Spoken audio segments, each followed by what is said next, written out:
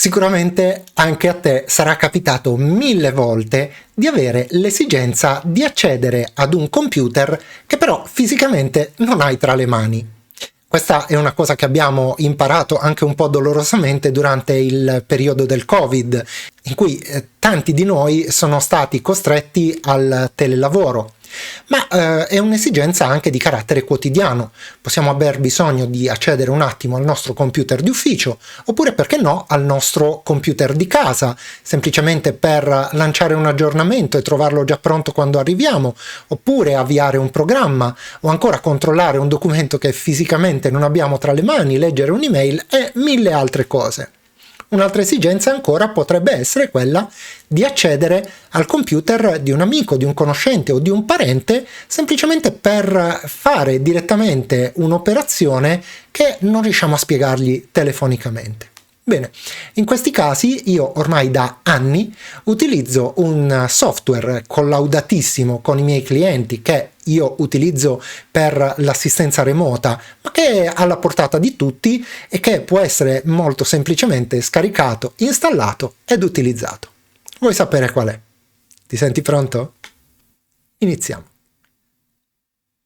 Naturalmente il programma che ti mostrerò andrà installato per 2 volte, cioè prima sulla macchina da controllare e poi sulla macchina oppure sul dispositivo che sarà quella che controlla. Attenzione, ho detto macchina o dispositivo perché questo programma è disponibile per qualsiasi piattaforma. Quindi lo potrai installare ad esempio sul tuo smartphone oppure sul tuo iPhone o ancora sul tuo tablet oppure naturalmente su un altro computer. In tutti questi casi e senza nessuna limitazione avrai, come vedremo fra poco, la possibilità di controllare una macchina remota. Bene, andiamo a vedere come funziona questo programma. Come sempre apriamo per prima cosa il nostro browser e nel motore di ricerca digitiamo AnyDesk. Effettuiamo la ricerca e, come sempre, anydesk.com, il primo risultato, sarà quello che ci interessa. Clicchiamoci su e clicchiamo sul pulsante Scarica ora nella pagina che si aprirà. Attendiamo il termine del download. Dopodiché apriamo la cartella, chiudiamo il browser e portiamo AnyDesk sul nostro desktop. Possiamo a questo punto chiudere la cartella e andiamo a procurarci AnyDesk anche sulla macchina che vorremmo controllare. Ed eccoci qui su una macchina Ghost Spectre, l'altro sistema operativo che sto provando in questi giorni e con cui probabilmente più in là farò un video perché penso che possa degnamente sostituire in alcuni casi anche macchine come Tiny 10.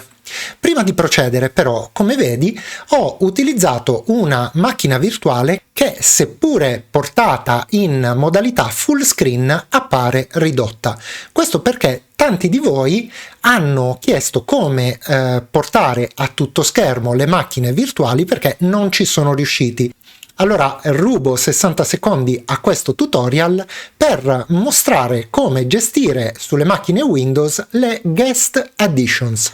Le Guest Additions sono uno strumento di VirtualBox che ci consente di potenziare le nostre macchine in un certo senso e tra le varie funzionalità che hanno c'è anche quella di consentire il vero e proprio full screen. Come si fa ad utilizzare le Guest Additions? Come prima cosa dovremo andare in basso su questa barra che troverai nelle tue macchine virtuali e andare a cliccare sul menu dispositivi. Fatto questo, sceglieremo l'opzione inserisci l'immagine del CD delle Guest Additions. Apparentemente non succederà nulla, ma attenzione, se andiamo ad aprire le risorse del computer e entriamo sulla nostra macchina, vedremo che nel CD virtuale è stata invece inserita l'immagine delle Guest Additions. Andiamo ad aprirlo e a seconda che la nostra macchina sia a 32 bit o a 64 bit, lanceremo VBox Windows Additions nel caso di 32 bit e VBox Windows Additions AMD 64 nel caso appunto di macchine a 64 bit. Questa è una macchina 64 bit, quindi io faccio doppio clic su questo file. Ci si apre una finestra, scegliamo di andare sempre avanti, quindi clicchiamo Next, lasciamo tutto com'è e clicchiamo ancora Next, clicchiamo su Install lasciando ancora una volta tutte le opzioni esattamente come sono e attendiamo il termine dell'operazione. Quello che viene installato sono una serie di file supplementari per la nostra macchina virtuale che avremo a questo punto bisogno di riavviare perché torni a tutto schermo. Clicchiamo su Finish e attendiamo il riavvio. Ti premetto che in alcuni casi è possibile che anche dopo il riavvio la macchina non passi immediatamente a full screen. Se questo dovesse verificarsi anche sulla tua macchina, ti basterà premere CTRL F e poi nuovamente CTRL F. Ecco, per l'appunto, come vedi, sulla mia macchina non è passata direttamente a full screen. Quindi io premo la combinazione di tasti CTRL destro F e poi nuovamente CTRL destro F ed ecco che la macchina è passata completamente a tutto schermo. E torniamo a noi, andiamo a scaricare esattamente come abbiamo fatto prima anche su questa macchina il nostro AnyDesk. Apriamo il browser, entriamo nel motore di ricerca e anche qui andiamo a scrivere AnyDesk. Facciamo esattamente come prima e andiamo a procurarci il nostro file di AnyDesk. Clicchiamo su Mostra nella cartella e anche in questo caso lo porteremo sulla nostra macchina bersaglio. Quindi questa macchina con Spectre sarà la macchina che verrà controllata da remoto. Invece la macchina Revai OS, l'altra macchina su cui ho lavorato prima, sarà la macchina che controllerà questa macchina qui. Come facciamo a controllare una macchina? Innanzitutto dobbiamo aprire il nostro AnyDesk che ci mostrerà un grosso numero. In questo caso questo 132.130.550. Il numero naturalmente varia da macchina a macchina. Semplicemente torniamo alla macchina con cui vogliamo controllare questa, ma non prima di aver preso nota di questo importantissimo numero. Ed eccoci qui.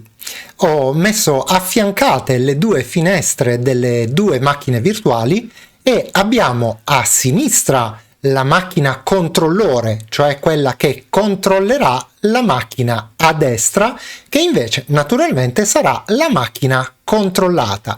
Quindi abbiamo il Revai OS a sinistra e il Ghost sul lato destro, e il Revai OS sarà la macchina che controllerà il Ghost. Come si fa a controllare una macchina? Sulla macchina controllore, quindi sulla macchina di sinistra, andremo ad aprire AnyDesk e in alto, in questa riga, andremo a scrivere questo numero della macchina bersaglio. Quindi andiamo a scrivere 132.130.550 e diamo l'invio. Come vedi, ci viene fuori sulla macchina che utilizza AnyDesk per la prima volta una richiesta del firewall che naturalmente dovremo accettare cliccando consenti accesso. Sulla macchina bersaglio invece comparirà una richiesta di accettazione del controllo remoto, quindi il titolare o la persona che si trova davanti a questa macchina dovrà cliccare su questo grosso pulsante verde accetta con lo scudo per consentire un accesso amministrativo a questa macchina. Se invece cliccherà questo pulsantino verde più piccolo con scritto accept o accetta, a seconda che si tratti della versione naturalmente inglese oppure italiana, ma consentirà l'accesso ma senza privilegi amministrativi. In questo caso io vado a cliccare su accept e come vedi qui in questa finestra posso prendere il controllo della macchina remota. E quindi che cosa vedo? Vedo nella mia finestra, che naturalmente potrò portare a tutto schermo, non lo faccio in questo caso perché appunto lo schermo l'ho diviso in due, potrò lanciare programmi sull'altra macchina e lavorarci esattamente come se mi trovassi sulla mia macchina. Quindi fare ricerche, avviare, chiudere programmi, ma anche installare, disinstallare, fare letteralmente qualsiasi operazione. Una volta che avrò terminato il lavoro, mi basterà chiudere questa finestra per uscire dal controllo remoto. Sulla macchina bersaglio invece, una volta terminato il lavoro, e solo allora naturalmente, sarà possibile chiudere AnyDesk. Se dovessi chiudere AnyDesk prima di aver terminato il lavoro, naturalmente la connessione cadrebbe. Ma attenzione, fino ad ora, come sicuramente avrai notato, non abbiamo installato AnyDesk, abbiamo semplicemente scaricato il file su entrambe le macchine e lo abbiamo utilizzato in maniera portable, cioè portatile. E questa è sicuramente una cosa comoda se per esempio vuoi metterlo su un pendrive e utilizzarlo per controllare il tuo computer anche quando sei ospite da qualche parte. Ma probabilmente avrai anche l'esigenza di controllare il tuo computer da altre parti senza che ci sia necessariamente qualcuno ad autorizzare l'accesso come abbiamo visto prima. In questi casi come si procede? Beh, in questi casi avremo bisogno di installare AnyDesk sulla macchina bersaglio. Andiamo a vedere come fare. Come prima cosa facciamo doppio clic sul file AnyDesk, come abbiamo fatto prima per aprirlo. Dopodiché andiamo sulla voce Install AnyDesk oppure Installa AnyDesk se ce l'hai in italiano, facciamoci un bel clic e nella finestra che si aprirà lasciamo esattamente come sono tutte quante le opzioni. Clicchiamo infine su Accept and Install e attendiamo il termine dell'installazione di AnyDesk. E come vedi nella finestra comparirà una piccola sottofinestrella dal titolo Welcome che potremo tranquillamente andare a chiudere con questa piccola X. A questo punto però la cosa che vorremmo fare è quella di impostare una password per l'accesso non vigilato, cioè ci basterà lasciare il nostro computer acceso per poterci accedere da remoto. Attenzione, è molto sicura questa opzione perché un malintenzionato che volesse accedere al nostro computer dovrebbe innanzitutto conoscere questo codice che, come vedi, è molto complesso perché si tratta di un codice di 9 cifre. Ma anche qualora lo conoscesse, per entrare, come vedremo tra poco, gli verrà richiesta la password che stiamo per andare ad impostare. Per farlo clicchiamo su questo menu rappresentato dai 4 trattini orizzontali e scegliamo Set Password oppure la voce Imposta Password per accesso non vigilato. Facciamoci clic sopra e nella prima riga della finestra che si aprirà digiteremo la nostra password. Io in questo caso ne sceglierò una poco sicura, opterò per il mio solito Pippo. E andremo a confermarla giù. Come vedi però in questo caso ci viene ricordato che questa password è troppo debole. Allora proviamo ad aggiungere dei numeri, quindi diventerà Pippo 1, 2, 3 e anche sotto andiamo a correggerla. Pippo 1, 2, 3. Benissimo, la password viene accettata. In questo caso possiamo fare clic su Apply, chiudere AnyDesk, che rimarrà tuttavia attivo in basso a destra nel nostro computer, e passare direttamente sulla macchina controllore per fare un altro test. E rieccoci qui sulla nostra macchina controllore. Andiamo a riaprire AnyDesk che, come vedi, qui non è stato installato ma è sempre in versione portable, e possiamo o andare in alto e digitare il numero della macchina che vogliamo controllare, oppure più semplicemente, essendo una sessione recente, viene tenuta in memoria, quindi la troviamo qui in basso nella finestrella e ci basta farci un bel doppio clic sopra.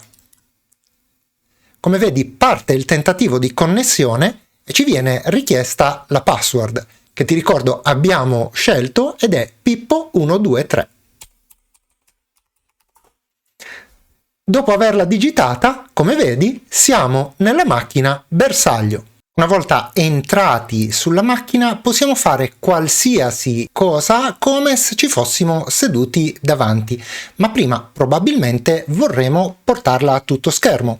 Per fare questo andiamo in alto su questa iconcina impostazioni di visualizzazione, ci facciamo clic su e clicchiamo sulla prima voce che è modalità a schermo intero. Ed eccoci che veniamo proiettati nella macchina bersaglio esattamente come se fosse la nostra macchina.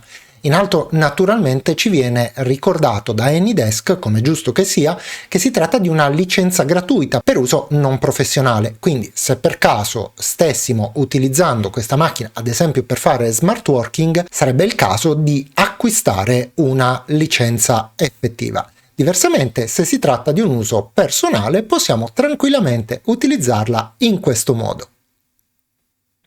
Come al solito, forse sono stato un po' riduttivo in questa spiegazione e presentazione di AnyDesk, perché in realtà ci sono altri comandi, altre funzioni di questo programma a cui non ho accennato, come ad esempio il trasferimento dei file oppure l'invio di comandi speciali al computer tipo il Ctrl-Alt-Canc, ma sono sicuro che utilizzandolo un po' riuscirai a scoprire anche da solo queste funzioni. In fondo è anche questo il bello di sperimentare. Ma una cosa che invece ci tengo particolarmente a dirti è che sul tuo telefono naturalmente potrai installare l'applicazione di AnyDesk che trovi in tutte le versioni. Ho detto il telefono, ma in realtà oltre che sullo smartphone puoi installarlo anche su tablet. Inoltre AnyDesk è disponibile su tutti i sistemi operativi, compreso anche Linux e macOS. Anche per quest'oggi la mia presentazione è finita. Quello che mi resta da fare è di augurarti degli ottimi controlli remoti delle tue macchine e soprattutto salutarti e darti appuntamento, come sempre. Alla prossima!